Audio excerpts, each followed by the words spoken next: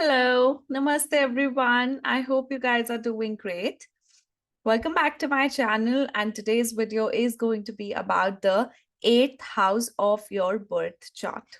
So if you guys are new to my channel, please don't forget to subscribe and hit the bell icon below so that you get regular updates. And if you would like to have your personal readings from me, you can check out the link in the description box, www.anmollastrology.com. Under the reading and unique reading section, you can book a personal reading for yourself. And you can also sign up or purchase online course from my website under the courses option. So now let's talk about the most important house, which is the 8th house. So 8th house is said to be one of the Dushtana houses. It is also one of the Moksha houses. But trust me, this is a house which can make you from rags to riches and even from riches to rags. Okay, so this house is highly transformative, first of all. Now, I remember doing a video, or no, it was actually a quiz that I did on Instagram where I asked people that what do you think, which zodiac sign can make you rich? And their answer was Taurus, Libra, Sagittarius, and whatnot. But let me tell you, Scorpio is one of the zodiac signs that can make you super rich, because there's a saying that unless a coal is taken under a lot of pressure, until it is not hammered, it does not turn into a diamond. And that is what 8th house represents. The transformation of 8th house, or a strong 8th house, can actually make you a diamond out of the coal. It can improve your situation with so much intensity that you cannot even wonder. That's why this is the house of lotteries. This is the house of sudden gains and even sudden losses. This is the house which is, as per Kalpurush Kundli, naturally ruled by the sign of Scorpio. And Scorpio is co-ruled by Mars and Ketu. That's why in these two planets as well, you would see that these planets are actually the Karka of transformation. Mars, Ketu. We know Ketu is about uprooting of something and rerouting of something new. Yeah, or it is about new beginnings. It is about transforming into something different. 8th house is the house of occult, deep secrets, hidden assets, or joint assets. It is the house of sudden events, and it is one of the houses which is used to predict a person's travel for settlement. So are you bound to settle at a distance? This is one of the houses whose activation is going to promise you shift of residence, because this house is all about changes. This house is all about sudden, like you are into one situation and you're suddenly taken away and put into another situation. So your circumstances, your surroundings, everything change. That is the 8th house. 8th house is also about illegitimate activities, all the illegal activities, illegal sexual encounters, or sexual encounters out of the marriage. That is also the 8th house. In actual manner, out of the moksha houses, 12th house is considered as the house of bed pleasures, but that is your bed pleasures with your spouse. 8th house is the kind of bed pleasures that you try to keep hidden. Okay, it is the affairs that you try to keep hidden. So, for example, this is also the house which would actually tell you whether or not you have an easy life or an easy childhood. Like, for example, why did I mention childhood? Because 8th house is one of the houses to show the generational traumas or your own traumas that you have within. So, for example, a person's fourth lord is in the eighth house. You would definitely know that they did not have the best of childhood. If the person's first lord is in the eighth house, you know that this person has struggled with their own personality and with their own existence, and they have actually transformed completely after one certain point. So, eighth house is not just the transformation that you experience in circumstances, but it could be transformation of everything, of any area. And one of the important things eighth house stands for is your marriage life. Seventh house is your married partner, it's your spouse, and what kind of connection or what kind of people do you attract. But eighth house, since it is second from the seventh house, it represents the longevity of your life, longevity of your marriage, and also how your marriage life or how your family life after marriage is going to be. So it's a blend of the second and eighth analysis to study the longevity of your marriage, to study the environment or the family life of after marriage or the basic family life with you.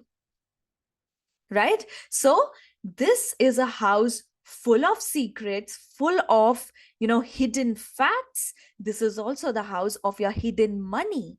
Where do your secrets go? What are you secretive about? If Venus is in the eighth house, you are going to be secretive about your sexual encounters, and even you are going to be secretive about your wealth, your income, or you would actually attain your wealth from many many uncanny sources, like many unusual sources, I would say.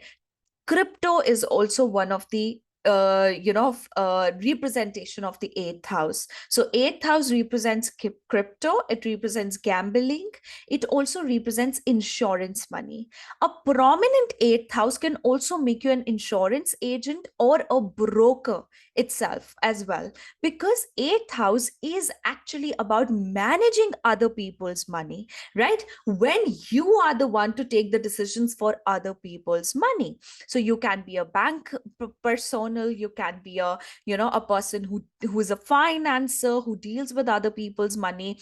Eighth house association also represents the real estate side. So it actually, eighth house is about the fixed assets. So whenever there is an involvement of the second and the eighth house, you would always invest your money into some fixed assets, and especially in real estate, not to make business, but more, it could even be to make business, but the combinations have to be seen. But most prominently, it's about investment into properties, investment into real estate. Eighth house is also about your in-laws. I'm going to do a separate video because there was one of the questions a person asked, that how do we see how our in-laws are going to be. So that is going to be separate video. But eighth house is the general house which is going to show the condition of your in-laws. What is their financial condition? What are the finances of your spouse? Because it is second from the seventh house. So it is the assets, possessions, the money, the kind of expenditure your person, where the savings of your person or where the income of your partner goes. That is the eighth house. Your in-laws nature, your relationship with the in-laws is going to be the eighth house. Okay. Eighth house, since it is Scorpio, it is ruled by Scorpio. This is a house which can give you sufferings as well, because this is the house of death and rebirth. It is actually another phrase of transformation, but death and rebirth means that something that can make you feel like you are suffering as if it's close to death, or you are so happy as if it's the born of a new person, it's born of new you. That is the eighth house. Okay. So eighth house is also your father's expenditure, since it's 12th from the ninth house. And also eighth house is the suddenness of your life. what sudden events are going to come into your life. It is the house of the investments of your mother as well, because it is fifth from the fourth house. Eighth house is the house of inheritance.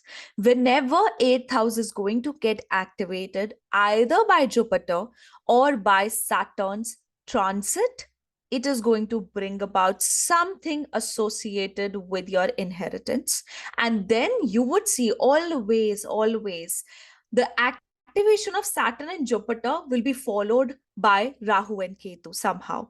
And that's why most of all in this, in Indian society, there are inheritance. Sometimes people have division of assets. Sometimes people have to fight for the assets, for getting the assets of their parents.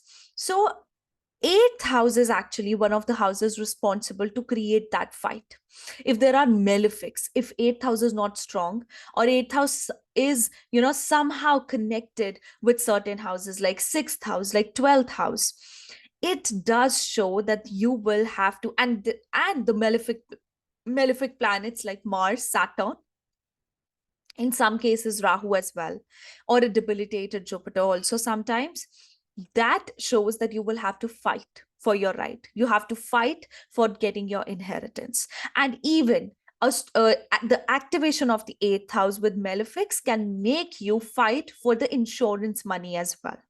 So the inheritance, insurance money, or anything related to your ancestors is also connected with the eighth house. And astrology, occult, any deep research is the eighth house. A surgeon, an astrologer is definitely going to have a strong eighth house.